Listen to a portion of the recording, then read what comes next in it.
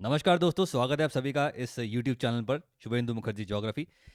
इस चैनल पर अभी तक आपने यूजीसी नेट ज्योग्राफी का कंटेंट देखा है, लेकिन अब आप एक और सब्जेक्ट का कंटेंट देखेंगे, वो है यूजीसी नेट डिजास्टर मैनेजमेंट। जैसा कि आप जानते हैं, यूजीसी ने एक नया सब्जेक्ट इंट्रोड्यूस किया है और ये सिलेबस सामने है। ये वही एज यूजुअल आप देख सकते हैं, पेपर 2 की 10 यूनिट्स यहाँ पे मौजूद है, 1 से लेकर 10 तक। और अभी प्रॉब्लम ये है कि ये 10 यूनिट का कंटेंट किसी एक स्टैंडर्ड बुक में नहीं है और इसको कंपाइल करने की जो प्रोसेस है, प्रक्रिया जो है वो चल रही है। अगर ये कंपाइलेशन अच्छा होता है और आप लोगों को पसंद आता है तो ज़रूर इस पे हम कोर्स भी लेकर आएंगे। लेकिन फ़िलहाल मुझे ऐसा लगा कि जब तक ये कंपाइलेशन होगा, क्यों ना हम कुछ एमसीक्यूज़ करें।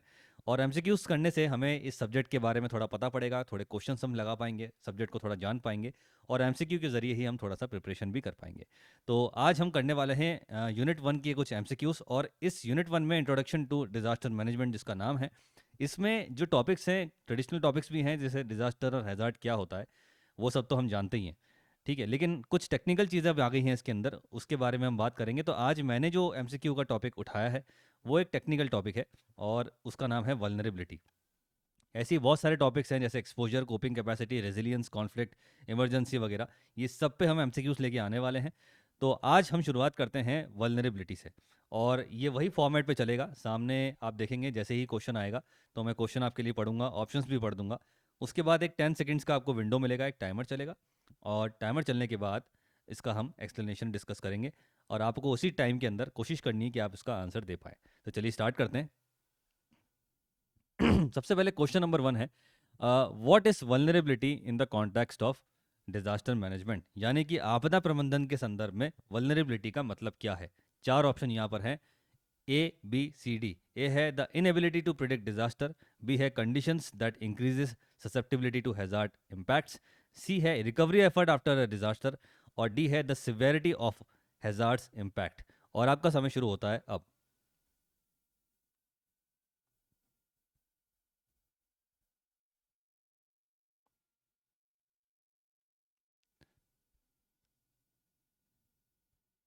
चलिए, समय समाप्त होता है और इसका जो आंसर है, आंसर इसका है B, the condition that increase susceptibility to hazard impacts.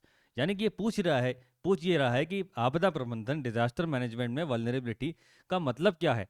ठीक है, तो इसका आंसर है condition that increases susceptibility to hazard impact. अब इसका मतलब क्या है, आप देखिए कोई भी डिजास्टर होता है या हैजार्ड होता है तो उसके पीछे बहुत सारे फैक्टर्स होते हैं। ठीक है, और वो फैक्टर्स ही होते हैं जो किसी डिजास्टर का रूप ले लेते हैं। तो वो सारे फैक्टर्स जिसकी वजह से कोई भी डिजास्टर बन सकता है, हो सकता है या उसका इम्पैक्ट हम पर आ सकता है, वो सब फैक्टर्स जो हैं वो सब कलेक्टिवली आएंगे वल्नरेबिलिटी के अंदर। जैसे यहाँ पे एक्सप्लेनेशन में दे रखा है, ये सारे फैक्टर्स जो हैं वो फिजिकल, इकोनॉमिकल, सोशल, इन्वायरमेंटल्स, ये सारे फैक्टर्स होते हैं जो किसी भी डिजास्टर को होने में मतलब कारगर सिद्ध हो सकते हैं या उसका इम्पैक्ट बन सकते हैं। ठीक है, तो वल्नरेबिलिटी का मतलब ये है कि कोई भी डिजास्टर के पीछे वो कौन कौन से ऐसे फैक्टर्स हैं, फिजिकल, इकोनॉमिक, सोशल, इन्वायरमेंटल, जो डिजास्टर ला सकते हैं या उसका इम्पैक्ट हम पे ला सकते हैं। ये वल्नरेबिलिटी का मतलब है। अब एक एग्जाम्पल सामने है, इस एग्जाम्पल से समझते हैं कि सामने ये ब्रिज दे रखा है। अगर आप ये ब्रिज पहचान पा रहे हैं तो आप कमेंट सेक्शन में ज़रूर लिखिएगा ये कौन सा ब्रिज है। जैसे ये ब्रिज जो है हमने बना लिया, अब इस ब्रिज के बन गया ये ब्रिज और भगवान की दया से ये ब्रिज कुछ इसमें होगा नहीं, लेकिन कई बार ऐसा होता है कि हमने देखा है, न्यूज़ में आता है कि ब्रिज गिर गया या कुछ ऐसा बिल्डिंग कोलैप्स वगैरह हो गई। तो ब्रिज के गिरने के पीछे ऐसे कौन से कारण हो सकते हैं और कौन से ऐसे physical factors, economical factors, social factors ऐसे कौन कौन से हो सकते हैं जिसकी वजह से ये ब्रिज गिर सकता है या गिर गया है, वो सब वल्नरेबिलिटी के अंदर आता है। वल्नरेबिलिटी मतलब एक तरीके से है कि रिस्क, कौन कौन से प्रोबेबल रिस्क हैं, कौन कौन से ऐसे ऐसे रिस्क हो सकते हैं जिसकी वजह से ये ब्रिज गिर सकता है। और उन्हीं सब फैक्टर्स को हम अकाउंट में लेने के बाद उसको कम करने की कोशिश करते हुए इस तरह का कंस्ट्रक्शन हम करते हैं। जैसे कि हम यहाँ पे देख सकते हैं, मान लीजिए ऐसा हो यहाँ पर कि कोई टेररिस्ट यहाँ पर एक बॉम्ब लगा दे और ये सारे जो हैं ये पिलर्स आप देख रहे हैं, इसको ये ब्लास्ट कर दे, इसको कोलैप्स कर दे। तो ये एक इसका फैक्टर बन जाएगा, ब्लास्ट, बॉम्ब ब्लास्ट जो है एक वन ऑफ द फैक्टर्स बन सकता है, एक फिजिकल फैक्टर बन सकता है जो उस ब्रिज को गिरा सकता है। चलिए आगे चलते हैं। Question number 2, according to UNISDR, how is vulnerability defined. ठीक है, UNISDR क्या है, United Nation International Strategy for Disaster Reduction. आज की तारीख में ये एक ऑफिस का रूप ले चुका है और इनके मुताबिक वल्नरेबिलिटी का मतलब क्या है। आप जानते ही होंगे यूएस और यूएन, ये एक ऐसी बॉडीज़ हैं। यूएस तो चलो अपने आप में एक देश है, यूएन उसी का एक बॉडी है जो इन्वायरमेंट में जो जो भी चीज़ें हो रही हैं उन सब पे कुछ ना कुछ अपनी एक बॉडी बना लेता है और उस पर फिर उसको डिफाइन करना शुरू कर देता है। फिर इसमें फिर मीटिंग्स वगैरह होती हैं। इसका एक स्टार्क एग्जांपल आप देख सकते हैं, जो कॉप समिट्स होती हैं वो इन्वायरमेंट के ऊपर ही है। UNFCCC इसकी आप जानते हैं एक फ्रेमवर्क है। तो UNISDR के मुताबिक वल्नरेबिलिटी क्या है, ये 4 ऑप्शंस आपके सामने हैं। अब ऑप्शंस आप खुद ही पढ़िए और मैं टाइमर चला देता हूँ और इसके बाद हम इसका एक्सप्लेनेशन देखेंगे।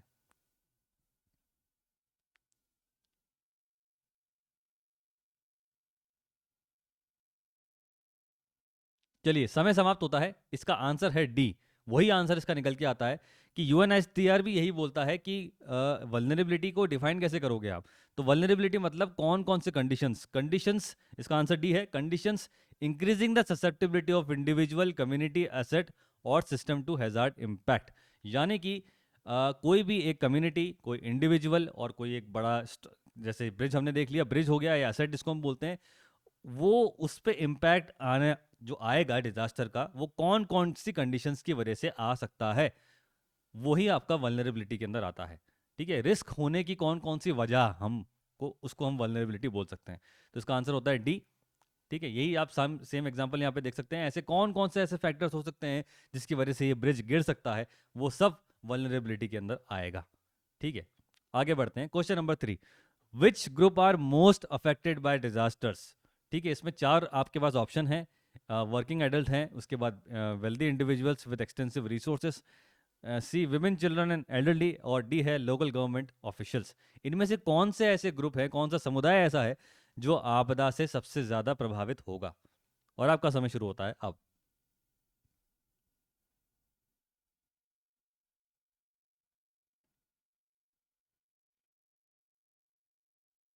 चलिए, समय समाप्त होता है। काफी इजी है ये। इसका आंसर है सी, विमेन, चिल्ड्रन एंड एल्डरली। क्यों होंगे वो?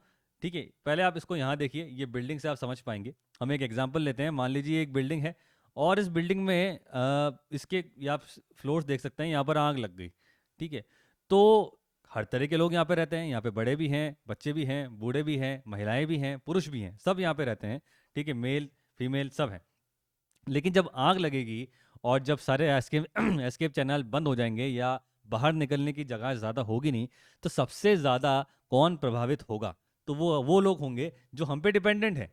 ठीक है, तो वेल्दी नहीं होगा इसके अंदर। विमेन, चिल्ड्रन एंड एल्डरली जो होते हैं, वो नॉर्मली जो होते हैं वो अपने कंपेनियन पर या पार्टनर पर डिपेंडेंट होते हैं। जैसे विमेन नॉर्मली, वैसे तो विमेन अपने आप में सशक्त है, लेकिन विमेन नॉर्मली ऐसा देखा गया है कि उनकी बिल्ट इतनी टफ नहीं होती, तो ज़्यादा चीज़ें उठाना और लोड लेना उनके फिजिकल कैपेबिलिटी में नहीं होता। वो कहीं ना कहीं मेल काउंटर पार्ट पे डिपेंडेंट होती हैं when it comes to rescue. ठीक है, अगर हमें कहीं रेस्क्यू करना है, रेस्क्यू ऑपरेशन करना है। Same goes with children. Children तो आप जानते ही हैं, मतलब बच्चे अपने पेरेंट्स पे डिपेंडेंट होते हैं, और ऐसे ही हमारे बूढ़े माँ बाप या बूढ़े नेबर, कोई भी हो सकता है ऐसा। तो हर वो लोग, ऐसे लोग जो नॉर्मली हम पे डिपेंडेंट हैं, वो वही ये 3 होते हैं, विमेन, चिल्ड्रन एंड एल्डरली। इसीलिए सरकार भी इनके लिए नीतियां निकालती हैं। तो वल्नरेबल सबसे ज़्यादा किसी डिजास्टर में यही होते हैं। अब आप कोई सा भी डिजास्टर बदल लीजिए। अब आप इसको यहाँ पर आप देखें, यहाँ पर ये फायर ब्रेकआउट हुआ है, अब आप इसको एक अर्थक्वेक इमेजिन कर लीजिए, तब भी वही सिनेरियो निकल के आएगा कि सबसे ज़्यादा प्रभावित होने वाले जो लोग होंगे, जो इसको विदस्टैंड नहीं कर सकते, जो अपने आप डिसीजन नहीं ले सकते, जो अपने आप डिसीजन लेके वहाँ से भाग नहीं सकते, वो सब लोग जो हैं, जो डिपेंडेंट हैं किसी ना किसी पे, वो है women, children and the elderly. तो इसका ऑप्शन है सी। सी इज द करेक्ट आंसर। अब यहाँ पे एक्सप्लेनेशन भी थोड़ा हम देख लेते हैं कि vulnerable group such as women, children and the elderly are often most affected during the disaster due to factors like dependency, health vulnerability, socio economic status. ये सब इसके अंदर आएगा। एल्डरली पीपल का आप जानते हैं, नॉर्मली एक टाइम के बाद हमारी मसल मोबिलिटी खत्म हो जाती है, ज़्यादा हम तेज भाग नहीं सकते। बच्चों के साथ भी यही है, और वुमेन्स के साथ भी यही प्रॉब्लम होती है। चलिए, question number 4, what कैरेक्टराइजेस economic vulnerability in disaster management. आपदा प्रबंधन के अंदर जो आर्थिक वल्नरेबिलिटी है वो क्या है? ये 4 ऑप्शन आपके पास हैं और आपका समय शुरू होता है अब।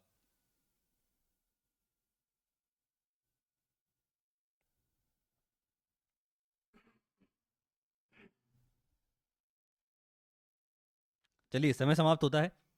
इसका आंसर होगा B, lack of resources to build disaster resilient infrastructure जो है वो वल्नरेबिलिटी के अंदर आएगा। पहला ही मैंने आपको क्वेश्चन बताया था कि वल्नरेबिलिटी कई तरीके की हो सकती है, physical, economical, socio economical, cultural, बहुत सारी होती है। तो इकोनॉमिक वल्नरेबिलिटी क्या है, इसको भी हम एक एग्जांपल से समझते हैं। मान लीजिए इसी ब्रिज का हमने एग्जांपल ले लिया।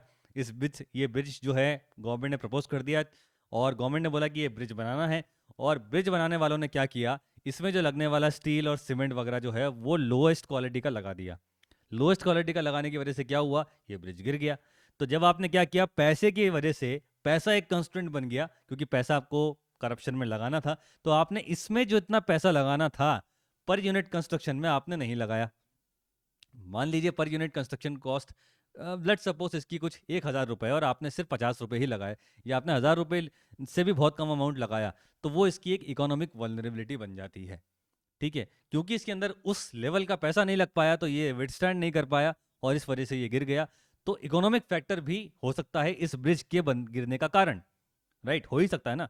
और दूसरा कारण भी हो सकता है, फिजिकल फैक्टर भी है, एक इन्वायरमेंटल फैक्टर भी हो सकता है कि इतना ज़बरदस्त टोर्नेडो आया कि इस ब्रिज को उड़ा के ले गया। तो ऐसे बहुत सारे फैक्टर्स होते हैं डिजास्टर के होने के पीछे, जिसको हम वल्नरेबिलिटी के अंदर काउंट करते हैं। इकोनॉमिक कौन सा होगा, इसको मैं एक बार पढ़ देता हूँ कि economic vulnerability refers to lack of financial resources और access to the resources needed to construct और maintain disaster resilient infrastructure, thereby increasing susceptibility to hazard impact. यानी कि इकोनॉमिक वल्नरेबिलिटी मतलब आपने किसी स्ट्रक्चर को बनाने के लिए उसमें फाइनेंशियल रिसोर्सेज जो हैं उतने नहीं लगाए, जिसकी वजह से वो डिजास्टर रेजिलिएंट नहीं बन पाया, यानी कि आपदा आने के लिए वो उतना मजबूत नहीं हो पाया। डिजास्टर रेजिलिएंट मतलब वो उस आपदा को झेल जाए। आपदा को झेलने लायक आपने वो स्ट्रक्चर नहीं बनाया, जिसकी वजह से उसके गिरने के चांसेस ज़्यादा बढ़ गए। तो ये इकोनॉमिक वल्नरेबिलिटी के अंदर आएगा। ठीक है, lack of financial resources is an example of economic vulnerability.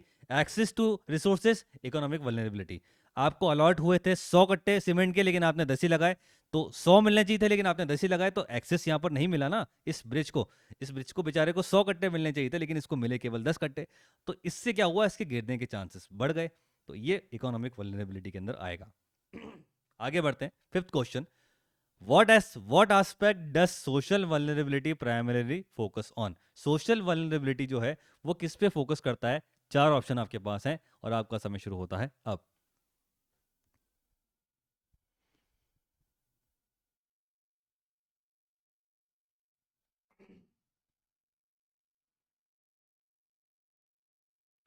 चलिए, इसका आंसर है B, cultural and societal factors influencing resilience. देखो, रेजिलियंस जो है हम डेफिनेटली आगे इसको पढ़ने वाले हैं।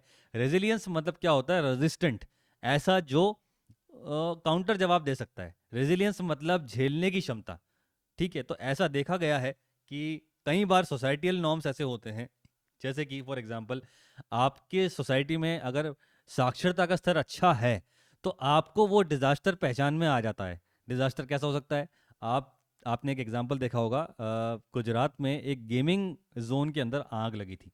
ठीक है, और गेमिंग जोन के अंदर आग लगी थी, तो उसी का अगर हम एग्जांपल ले लें, वहाँ पर अगर 2 बच्चे जा रहे हैं, ठीक है, एक दोनों ही गेम खेलने वहाँ पर जा रहे हैं, लेकिन एक बच्चा जो है उसके कम्युनिटी में जो साक्षरता का स्तर बहुत अच्छा है, और उसके घर वालों ने ये ज़रूर उससे क्वेश्चन पूछा कि तुम जिस जगह पे जाके गेम खेलते हो क्या वहाँ पर प्रॉपर फायर रेजिलिएंट स्ट्रक्चर बने हुए हैं, यानी कि अगर वहाँ पे आग लगती है तो उसको बुझाने के क्या पर्याप्त संसाधन वहाँ पर हैं, या वहाँ से बाहर निकलने के पर्याप्त संसाधन वहाँ पर हैं या नहीं है।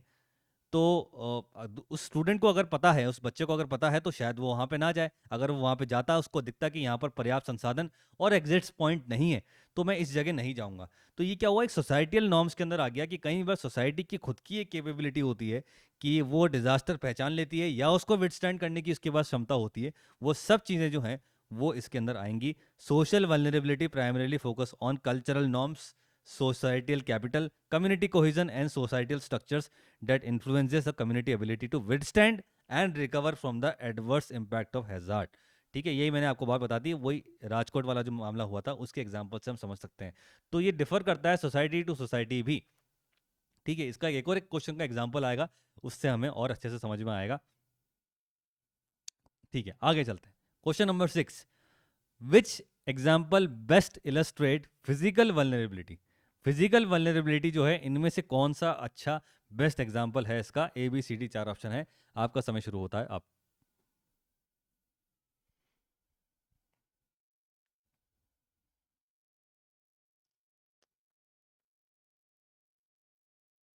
चलिए, इसका आंसर है B, poor construction practices leading to building collapse during earthquake is an stark example of physical vulnerability. हम यही देख लेते हैं वापस से। यहाँ पे आप देखिए, अब देखो यहाँ पर साफ साफ दिख रहा है, बहुत अच्छा एग्जांपल है। यहाँ पर ये भी एक बिल्डिंग है, यहाँ पर ये भी एक बिल्डिंग है, यहाँ पर ये भी एक बिल्डिंग है, और फिर एक ये बिल्डिंग है जो पूरी तहस नहस होकर नीचे गिर गई है। ऐसा तो हुआ नहीं होगा जब अर्थ को एक भूकंप आया होगा तो केवल उसने इसी बिल्डिंग को हिलाया। डेफिनेटली पूरे बिल्डिंग को उसने, पूरे एरिया के बिल्डिंग को हिलाया होगा। लेकिन कुछ बिल्डिंग जो है विथ स्टैंड कर जाती हैं और कुछ बिल्डिंग गिर जाती हैं। तो फिजिकल वल्नरेबिलिटी वो है कि अगर आपने जो है वो पुअर कंस्ट्रक्शन प्रैक्टिसेस की हैं किसी बिल्डिंग को बनाने के लिए, आप ऐसे जोन में रहते हो, जोन 1 में रहते हो, जोन 2 में रहते हो, जहाँ पर डिजास्टर्स अर्थ को एक बहुत ज़्यादा आते हैं, उसके बावजूद भी अगर आपने पुअर कंस्ट्रक्शन प्रैक्टिसेस की हैं जिसकी वजह से कभी भी अगर भूकंप आएगा तो आपका घर गिर जाएगा, तो वो है आपका फिजिकल वल्नरेबिलिटी। कोई भी विथ स्टैंडिंग स्ट्रक्चर, कोई भी बड़ी बिल्डिंग हो गई या कोई ब्रिज हो गया या रोड्स हो गई इवन, अगर आपने ऐसी जगह उसको बनाया है जहां पर डिजास्टर आता रहता है, और अगर आपने पुअर कंस्ट्रक्शन प्रैक्टिसेस करी हैं, तो डेफिनेटली उसके गिरने के, उसके टूटने के चांसेस ज्यादा हो जाते हैं। उसी को हम बोलते हैं physical vulnerability. Question number 7, what does environmental vulnerability primarily entails. ये वही सारे फैक्टर्स हम देख रहे हैं, एक एक करके सबके एमसीक्यूज आपके सामने आ गए। अब जो क्वेश्चन आया है वो आया है इन्वायरमेंटल वल्नरेबिलिटी पे। ये 4 ऑप्शन आपके पास हैं, बताइए इसका क्या जवाब होगा। And your time starts now.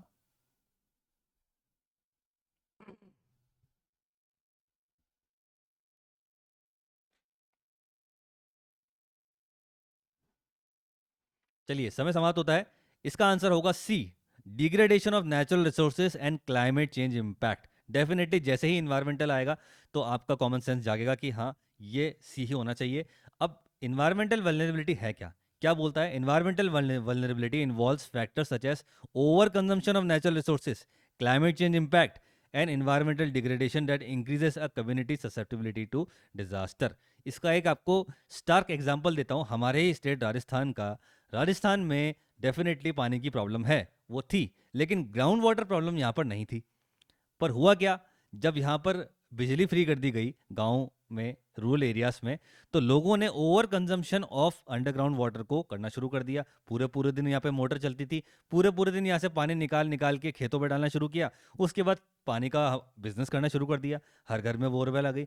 तो आपने क्या किया, ओवर कंजम्पशन कर दिया है यहाँ पर अंडरग्राउंड वाटर का, उसके कंजम्पशन का। तो वो अब रिचार्ज तो होने में समय लगेगा, लेकिन अब क्या हो गया है, राजस्थान में सूखा पड़ने के चांसेस जो पहले से ही थे अब और ज़्यादा बढ़ गए। तो ये इन्वायरमेंटल वल्नरेबिलिटी के अंदर आ जाएगा। ऐसे बैंगलोर का भी एक एग्जांपल मैं आपको देता हूँ। बैंगलोर में आज की तारीख में वापस से प्रॉब्लम है पानी की, वहाँ पर भी अंडरग्राउंड वाटर की प्रॉब्लम है। बैंगलोर की समस्या कुछ और है। बैंगलोर में इतना ज़्यादा कंस्ट्रक्शन हुआ है, सिलिकॉन वैली जिसको हम बोलते हैं इंडिया की, इतना ज़्यादा कंस्ट्रक्शन हो गया है, बिल्डिंग्स आ गई हैं, ट्रैफिक लोड इतना ज़्यादा है, आपने कंक्रीट रोड्स वॉल्स इतनी ज़्यादा बना दी हैं कि जो भी बारिश होती है वो अब परकुलेट उसका पानी होके सीपेज होके नीचे जा ही नहीं पाता, यानी कि परकुलेट डाउन नहीं हो पाता। जो भी पानी नीचे आता है, बरसात का पानी, वो अपने आप मिट्टी उसको सोख लेती है और वो पानी ग्राउंड वाटर रिचार्ज में चला जाता है। लेकिन अगर आप ऐसी सरफेस ज़्यादा बना देंगे जहाँ पर कंक्रीट हो, जहाँ पर टार लगा हुआ हो और पेड़ पौधे नहीं हो, मिट्टी नहीं हो, तो ग्राउंड वाटर रिचार्ज कहीं ना कहीं इम्पैक्ट होगा। तो वो भी इन्वायरमेंटल वल्नरेबिलिटी का एक एग्जाम्पल बनता है। तो अब वहाँ पर जो बेंगलोर में जो सूखा आएगा वो ओवर कंस्ट्रक्शन की वजह से आ रहा है, लेकिन राजस्थान में जो सूखा आने के चांसेस हैं वो है over consumption of ground water. दोनों ही इन्वायरमेंटल वल्नरेबिलिटी के एग्जाम्पल हैं। एक और हम यहाँ पे डायग्राम समझते हैं, ये सब चीज़ें यहाँ पर हैं।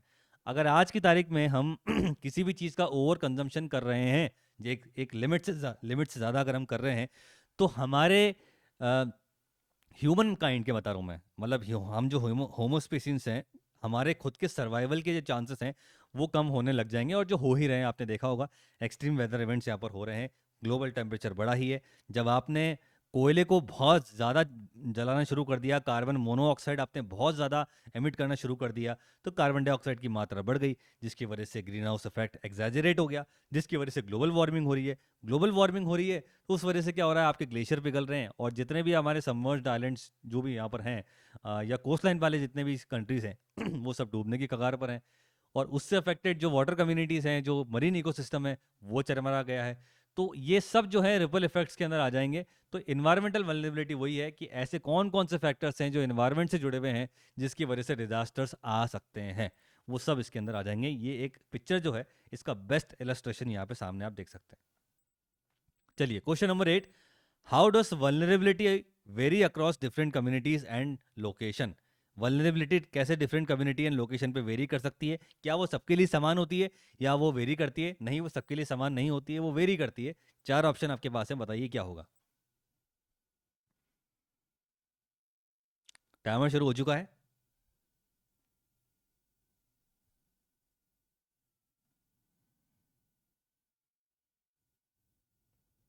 चलिए, समय समाप्त। इसका आंसर है C, it varies based on the factors like exposure to hazard and capacity to cope and recover. अब before giving you an explanation, मैं आपको ये इमेज दिखाता हूँ। ऊपर साफ साफ लिखा हुआ है कि why rural people in India are healthier than city people.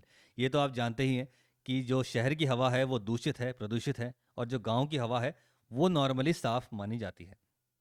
ये तो हम जानते हैं। तो डेफिनेटली अगर हम बात करें रेस्पिरेटरी डिजीजेस के बारे में, तो शहर के लोगों को ज़्यादा होगी और गाँव के लोगों को इतनी नहीं होती। लेकिन मैं उसकी बात नहीं कर रहा हूँ। अब आप देखिए, जो गांव के लोग हैं उनका जो लाइफस्टाइल है वो अलग है। वो टेबल चेयर पे बैठने वाले लोग नहीं हैं, वो पैदल चलने वाले लोग हैं, वो मेहनत करने वाले लोग हैं, खेती बाड़ी करने वाले लोग हैं।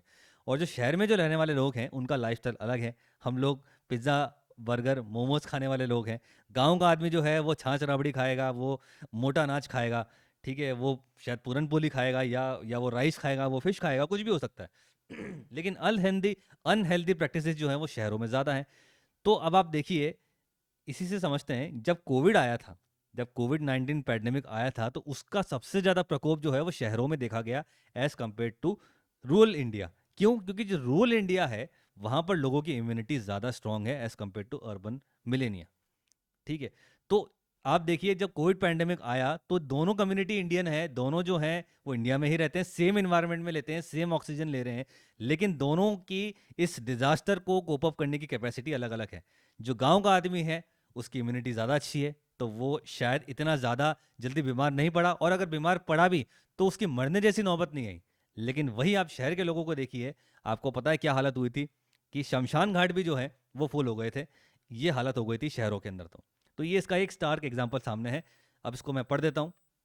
Vulnerability is not uniform and varies across different communities and location due to factors such as exposure to hazard, socioeconomic conditions, and differences in the capacity to cope, resist, and recover from disaster impact. तो ये differ कर सकता है community to community, कि कौन सी community ज़्यादा resilient है, कौन सी कम्युनिटी जो है उनका लाइफस्टाइल जो है वो ज़्यादा हेल्दियर है। तो उससे जो है डिजास्टर को कोप अप करने के जो है चीज़ें भी जो है वो वेरी करेंगी। ये आपको ध्यान रखना है। चलिए, question number 9, what are the main components of vulnerability? मतलब वल्नरेबिलिटी के कौन कौन से मेन कंपोनेंट हो सकते हैं? ये 4 ऑप्शन आपके पास है और आपका समय शुरू होता है अब।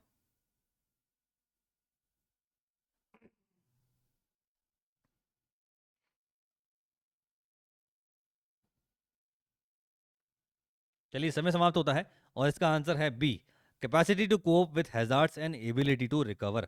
वल्नरेबिलिटी के अंदर ये दो चीज़ें आती हैं, capacity to cope up with hazards and ability to recover.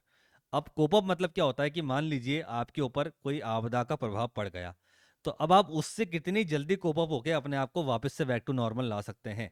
ये तो हो गया capacity to cope up. And ability to recover मतलब आप वापस से कैसे सुचारू रूप से उस चीज़ को वापस से बना सकते हैं, ये एबिलिटी टू रिकवर हो गया।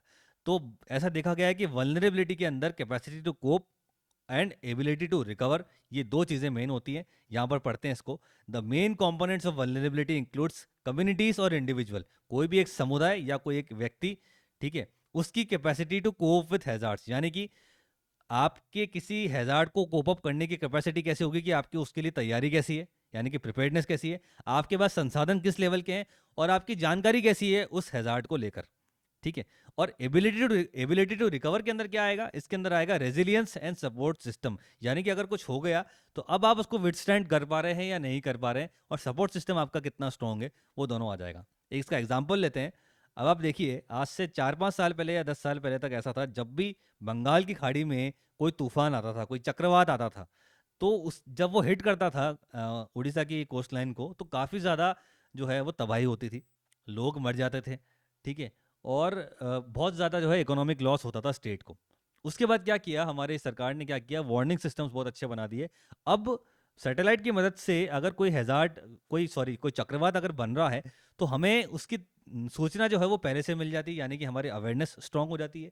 हमें पता होता है कि अगर बंगाल की खाड़ी में वो किस जगह से ये चक्रवात बन रहा है, अभी किस स्टेज पर है, कौन सी तारीख को ये आएगा, कितना इसका इम्पैक्ट रहेगा, और कितने लोगों को हमें कहाँ से हटाना है, वो सब चीज़ें हम करते हैं। और इस वजह से उड़ीसा में जो अब जो है, वो जो जिसको हम बोलते हैं इकोनॉमिक लॉस, जिसको जान माल का नुकसान हम बोलते हैं, वो कम होता है, और threat to loss life and property जो है वो कम होता है। तो कोप अप विथ हैजार्ड्स हमारा अच्छा है, और वहाँ के लोगों ने अपना लाइफस्टाइल भी उस हिसाब से कर लिया है कि कभी भी अगर ऐसा हो, चक्रवात अगर आता है, तो वो अपने सब चीज़ें जो हैं वो पैकअप करने की स्थिति में होते हैं, और वहाँ से वो कुछ टाइम के लिए निकल जाते हैं। गवर्नमेंट आपको सपोर्ट करती है, उसके अंदर गवर्नमेंट की जो एनडीआरएफ की टीम है वो आपके साथ लग जाती है। तो ये सब जो है, ये सब आएगा कंपोनेंट्स ऑफ वल्नरेबिलिटी के अंदर, कि कोई भी समुदाय या कोई व्यक्ति किसी भी हैजार्ड से उसकी कोप अप करने की क्षमता कैसी है और उससे रिकवर करने की क्षमता कैसी है। कोप अप के अंदर आएगा कि उसकी तैयारी कैसी है, उसके बाद संसाधन कैसे हैं, और उस डिजास्टर की उसके बाद जानकारी, अवेयरनेस कैसी है। और रिकवर के अंदर क्या आएगा, रेजिलियंस, उसको झेलने की क्षमता, और सपोर्ट सिस्टम कैसे काम कर रहा है। ये दोनों चीज़ें आ जाएंगी। Recover to ability to recover इसके अंदर आ जाएगा। चलिए, अब है आखिरी question. Which strategy aims to reduce vulnerability by enforcing safety standards in construction? ये चार ऑप्शन आपके पास है, बताइए क्या होगा।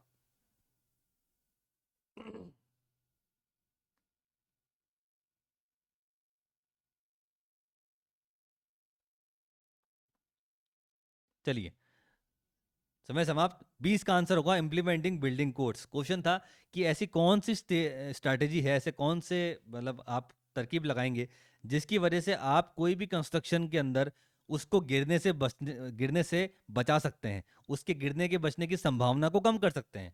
तो वो आएगा इम्प्लीमेंटिंग बिल्डिंग कोड्स। जब आप ऐसे बिल्डिंग कोड्स बना लेंगे जिसको हम बोलते हैं अर्थक्वेक रेजिस्टेंट सिस्टम, जिसको हम बोलते हैं अर्थक्वेक रेजिलियंस स्ट्रक्चर, जिसको हम बोलते हैं, कि आपको पता है कि ठीक है यार, हम ऐसे इलाके में रहते हैं जैसे पहाड़ी क्षेत्र है भारत का, वहाँ पर अक्सर हमने देखा है कि वहाँ पर तेज़ हवाएं भी चलती हैं, और वहाँ पर क्या है कि भूकंप भी जल्दी आते हैं।